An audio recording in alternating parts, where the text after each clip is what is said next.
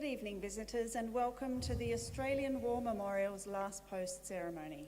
My name is Sharon Bown, and joining us this evening from the Australian Army is Warrant Officer Class 1, Cheryl Elston. We are honoured to acknowledge Major General Thorsten Poschwarte, Deputy Commander, German Operations Command, Germany, and the accompanying delegation. We welcome the veterans who have served, those that are still serving, and the families that love and support them. We acknowledge the members of RSL and Services Clubs Association, RSL Victoria, and RSL Queensland, who are watching the broadcast of this ceremony across Australia. During this evening's ceremony, wreaths will be laid at the base of the pool of reflection by visitors and by students on behalf of the following schools. From Victoria, Rutherglen Primary School. From Queensland, the Glennie School, Toowoomba, and Morningside State School. From New South Wales, St Joseph's School, Condobolin, and St Joseph's School, Denman. If you are able, please stand and join in singing the national anthem.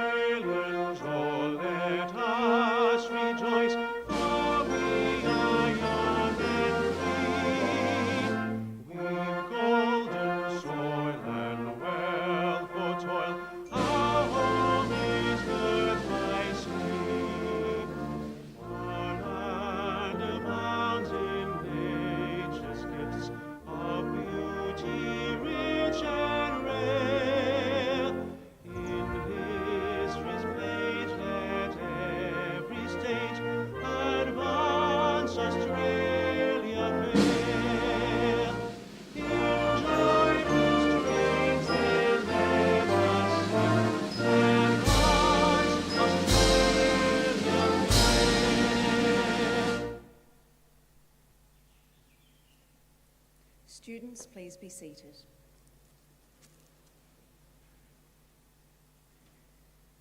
The Australian War Memorial was the vision of Charles Bean, Australia's First World War official historian. Bean landed with the Australian troops on Gallipoli and stayed with them at the front through to the end of the war. The idea of this national memorial and museum came to him at Pozières, France, in the depths of the bloody fighting of 1916. Bean's idea was that this would be a place where families and friends could mourn loved ones buried in faraway places. It would also be a place that could help all Australians understand what these men and women had done and what they had done for us. Bean's vision, to which we remain true, is best expressed as inscribed in the entrance to the memorial's galleries. Here is their spirit, in the heart of the land they loved, and here we guard the record which they themselves made. Tonight we will read the story behind just one of those on the Roll of Honour, which lists the names of more than 102,000 men and women who have given their lives for us in war and on operations for more than a century. But first we present a lament, Flowers of the Forest. Wreaths and floral tributes will now be laid at the base of the pool of reflection.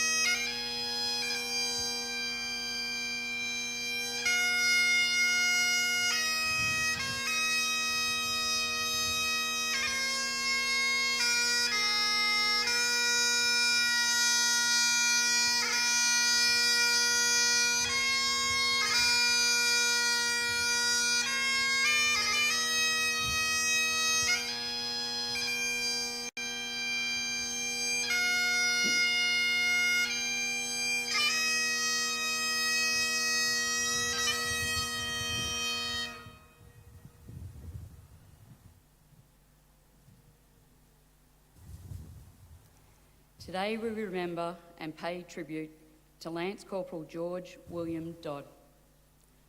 George William Dodd was born on the 3rd of April 1918 in Bradnich, Devon, England, the son of Herbert John and Annie Dodd. He and his family immigrated to Australia and took up residence in the Sydney suburb of Blacktown, where George worked as a poultry farmer. In May 1940, Dodd volunteered to enlist in the 2nd Australian Imperial Force. He joined the 2nd 17th Australian Infantry Battalion, and after training in Australia for several months, in mid-October 1940, he embarked at Sydney on the transport ship Queen Mary, bound for the Middle East. After a 6-day stopover in India, the unit arrived in Palestine. In March 1941, Dodd's battalion moved to Libya to relieve Allied units east of Tripoli. Large numbers of German troops and vehicles began arriving in Tripoli soon afterwards, and the Allies were forced to retreat eastwards to the port city of Tobruk. The conditions of the retreat lowered the morale of the men of the 2nd 17th Battalion. The unit diary records the cold of the nights and the miserable state of the men who wanted to stand and fight against the advancing Italian and German forces. By early April, the battalion had made it to Tobruk. Having established a defensive position, they successfully fought off a heavy initial attack by Axis forces. During this fighting, Dodd was severely wounded by gunfire. He recovered in hospital for 2 months and then spent a further month in a training unit to fully recover. He rejoined his unit towards the end of July 1941. Having failed to defeat the Allies, the Axis forces laid siege to Tobruk, a situation that lasted for over 8 months. In October, the Australians were relieved by the 70th British Division. During the first half of 1942, the 2nd 17th Battalion moved to Syria and Lebanon to continue training. In July, the battalion travelled to Alexandria, Egypt, and from there deployed west of the city in readiness for a showdown with the Axis forces. Having shown promise as a soldier, Dodd was appointed Lance Corporal in September 1942. Following their withdrawal from Libya, the British-led Allies defended a line between the Mediterranean Sea in the north and the impassable Qattara Depression in the desert to the south. Allied units took up positions around the tiny desert locality of El Alamein. The 9th Division, of which the 2nd 17th Battalion was a member, was on the right flank of the Allied position on the coast. In October 1942, preparation began in earnest for an Allied attack. The men of the 2nd 17th Battalion trained alongside tanks and anti-tank guns so that they knew how to work together on the battlefield. There was still time for recreation. The unit diary notes that the men played cricket and held a surfing carnival. In late October 1942, the Allies launched what became known as the Second Battle of El Alamein. After a supporting artillery barrage, the men of the 2nd 17th Battalion crossed a minefield strung with barbed wire to engage the German positions. Some days later on, the 27th of October, the Axis forces launched a counter-attack in the battalion's sector. The unit managed to stop the attack, but in the fighting, Dodd was killed in action. He was 24 years old.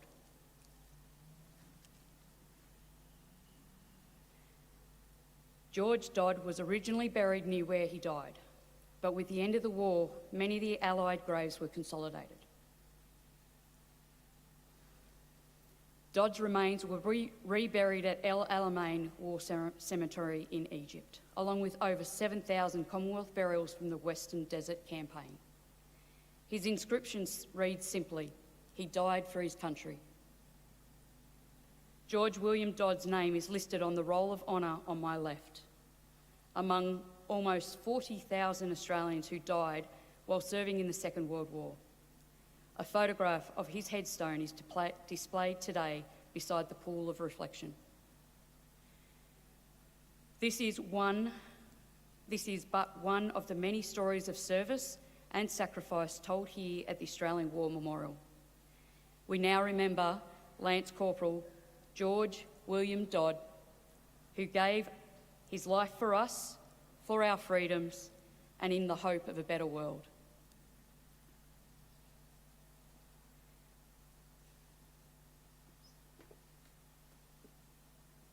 Please stand for the reading of the ode and the sounding of the last post.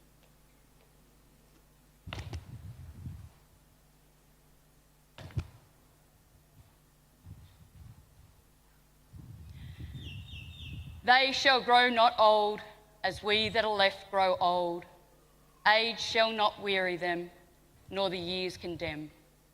At the going down of the sun and in the morning, we will remember them. We will remember them.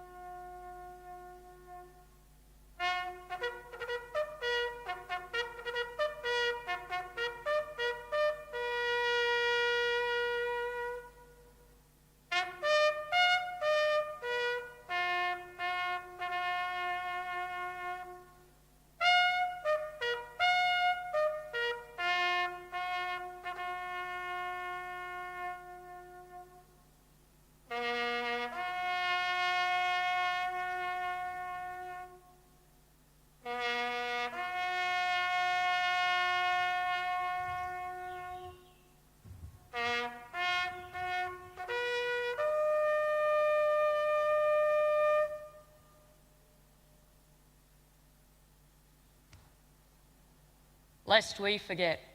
Lest we forget.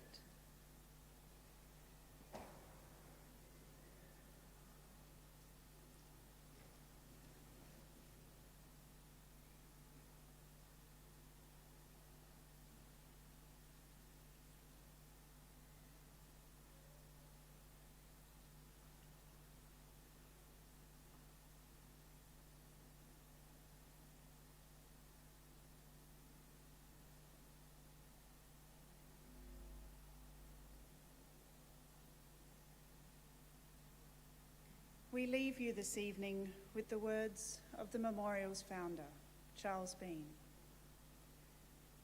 Many a man lying out there at Pozières or in the low scrub at Gallipoli, with his poor, tired senses barely working through the fever of his brain, has thought in his last moments, well, it's over.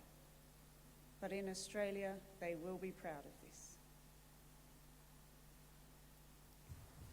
Ladies and gentlemen, girls and boys, that concludes the last post ceremony. We thank you all for visiting the Australian War Memorial, and we wish you all a very good evening. Thank you.